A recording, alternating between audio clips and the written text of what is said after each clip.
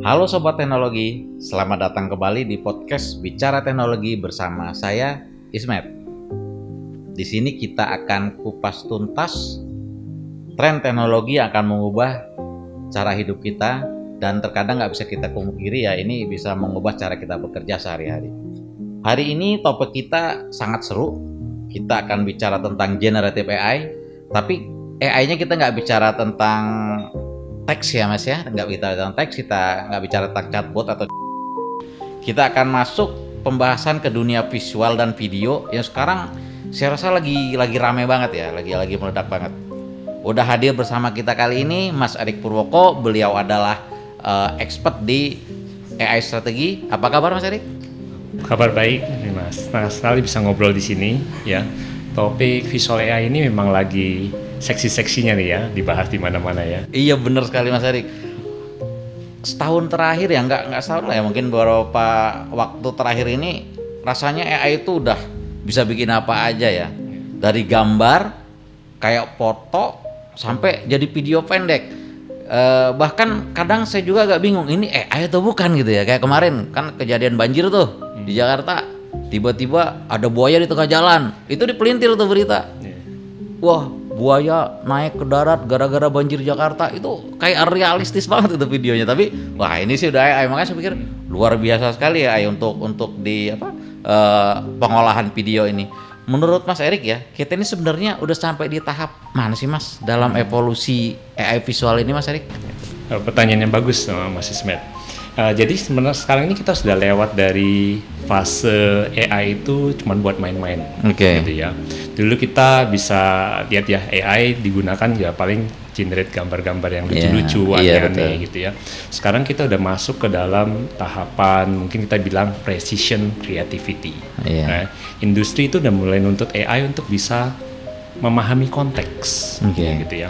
Misalkan kalau kita minta AI bikin poster produk gitu ya, kita nggak mau cuman gambar bagus ya, tapi kita mau teksnya bisa dibaca ya, kemudian logikanya masuk ya, dan cahayanya juga pas gitu ya. Jadi harus semuanya sempurna gitu. Ini jujur nih Mas Erik ya, saya juga udah coba-coba nih teman-teman semua ya pakai AI gratisan lah ya. AI gratisan tuh biasanya dibatasin tuh, lu cuman boleh sampai berapa kali gitu kan, nanti baru dia harus bayar nih gitu kan. Nah, saya udah coba-coba AI gratisan tuh, kadang hasilnya itu selalu ngaco. Misalnya contohnya kemarin saya masukin foto saya dengan keluarga, saya pengen kelihatan belakangnya adalah Gunung Bromo, di depannya pakai mobil mewah, saya lagi jalan. Saya coba generate lagi, nggak konsisten tuh mas gambar muka gitu mas Edik ya, wajahnya kayak berubah-berubah. Itu secara teknis kenapa sih bisa gitu mas Edik? Nah itu dia masalah besar di industri AI ini. Iya. AI generatif itu dasarnya adalah kita bilang probabilitas, gitu ya. Jadi dia menebak piksel-pikselnya, gitu. Dia sering kehilangan ingatan ya, kadang-kadang, atau kata istilahnya di Indonesia itu suka logika ruang gitu ya, atau makanya riset terbaru itu sekarang lebih fokusnya ke spatial awareness, gitu ya. Bagaimana AI itu memahami kedalaman gambar 3D itu, gitu, dan konsistensi dari subjeknya, gitu. Nah, di tempat kita ini sekarang ya, gitu ya. Saat ini kita lagi riset namanya C-Dream 4.5, itu model kita, gitu ya. Nah, fokus utamanya itu adalah memecahkan masalah-masalah itu ya, inkonsistensi itu, gitu ya. Bagaimana kalau ada instruksi misalkan contohnya ya, teks kecil di label produk gitu ya, AI itu harus bisa merender dengan tajam, gitu ya, jadi bisa nangkap itu ternyata sebenarnya adalah teks. Jadi solusinya ini sekarang ini bukan cuman modelnya makin besar aja gitu ya, tapi harus pemahaman AI itu terhadap instruksinya yang kita kasih gitu ya. Instruksinya biasanya ya makin kompleks gitu ya, atau kita suka sebut multi image fusion. Jadi yang penting itu adalah kepresisiannya hasilnya, gitu ya, bukan hanya asal image-nya besar aja. Gitu Mas Erik, makin agak nyambung nih sekarang ya. Berarti sekarang tuh arahnya lebih ke presisi ya Mas Erik ya. Nah, sekarang soal video nih, kalau kita bicara presisi ya, ini yang paling bikin orang penasaran nih Mas Erik.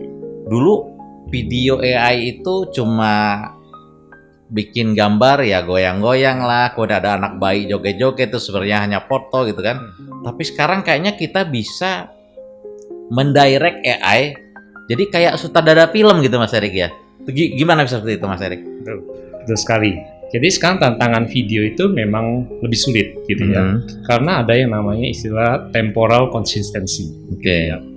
Bayangin ya, di setiap frame itu ya ada 24 gambar, 24 fps ya gitu ya. Jadi kan 24 frame per detiknya gitu ya. Nah, semua harus nyambung nih logikanya gitu kan. Nah, sekarang trennya adalah kita bicara mengenai directional control ya. Jadi kita punya kontrol penuh ya. Jadi kita yang memerintahkan AI itu supaya dia melakukan mengenerate gambar yang kita mau, bukan kita pasrah AI itu generate gambar buat kita. Jadi tetap kontrolnya di kita tuh Mas Erik ya. Bisa ceritain dikit Mas Erik, kontrol seperti apa sih itu contohnya Mas Erik, biar teman-teman semua juga lebih clear.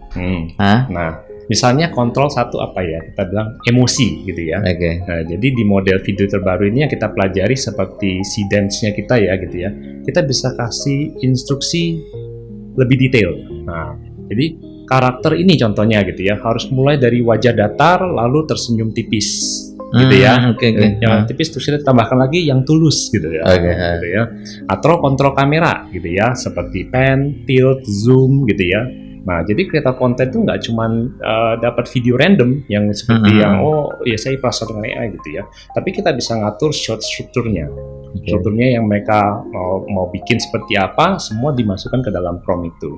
Dan yang paling penting gitu ya adalah kecepatan gitu ya. Dulu render video AI bisa kita buat mungkin saya tinggal ngopi dulu, pulang tidur dulu gitu kan. Sekarang udah ada teknologi yang namanya ProFast gitu ya. Kita sebutnya istilahnya kita ProFast yang bisa menghasilkan klip ya atau potongan video itu hanya dalam 10 detik. Gitu ya. Nah, ini benar-benar revolusi suatu yang bisa buat membantu pekerjaan kita. Gitu. Jadi makin kebayang nih ya. Jadi benar Mas Erik ya, kalau kita bikin video raut wajah, mimik itu kan bicara dan punya arti gitu ya. Nah, jadi kita bisa instruksikan itu sehingga nggak kaku dong ya video yang kita create gitu ya. Jadi benar-benar yang tadi saya katakan, dulu kita hanya bikin foto, dia bisa joget, goyang, tapi sekarang nggak cuma itu. Sampai ke mimik wajahnya, sorot matanya itu jadi bisa punya makna gitu ya. Oke, dengan penjelasan tadi saya makin mikir nih Mas Erik ya. Tadi Mas Erik juga bicara tentang kecepatan kita memproduce suatu video. AI kan sekarang makin pinter ya. Kemudian ya kalau semuanya sudah dengan mudah dengan platform ini, tentu biaya produksi juga akan makin murah nih Mas Erik ya. Karena kalau saya saya coba baca-baca tentang berapa sih efisiensi yang bisa diperoleh dengan teknologi ini untuk dunia visual produce suatu video, itu sampai 60% lebih hemat Mas Erik. Nah, ini saya juga baca-baca dari explore di web gitu ya. Itu bisa sampai 60%. Nah, kalau gitu yang pengen saya tanyain, mungkin teman-teman juga penasaran gitu ya, nasib desainer dan videographer yang dulunya mereka punya effort besar dan peranan besar di produksi video tuh gimana tuh Mas Erik? Apa gimana? Saya sih ngerasa mungkin ada rasa khawatir di mereka akan ya tuh pekerjaan mereka akan ketutup dengan platform teknologi ini Mas Erik. Menurut Mas Erik gimana Mas Erik? Ya. Ini berarti pertanyaan sejuta umat lah ya sebenarnya gitu ya. Tapi kalau menurut saya gitu ya, posisinya sebenarnya begini, AI itu adalah the new brush atau kuas baru ya, kuas yang model baru gitu ya. Kalau dulu kita ada yang program-program seperti Photoshop. Ya, orang juga takut kan gitu kan, waduh kerjaan saya gimana gitu.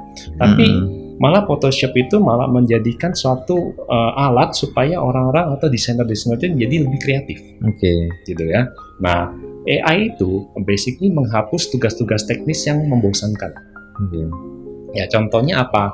Kalau di istilahnya di gambar-gambar itu kan kita ada masking gitu ya, terus nungguin rendering satu-satu gitu ya. Nah, jadi tujuannya balik lagi supaya manusianya itu bisa difokus ke ide-ide besarnya itu gitu ya, merancang storytellingnya gitu ya, atau mastermindin dari the whole entire story-nya gitu ya. Jadi AI itu punya data ya, karena dia sudah di training sebelumnya, tapi manusia itu yang punya taste atau rasanya gitu ya. Nah, teknologi seperti Seedance ini, model dari ByteDance ini adalah cuman alat sebenarnya gitu ya, supaya ide di kepala desainer itu atau yang kita ada di kepala kita bisa divisualisasikan dengan lebih cepat. Oke.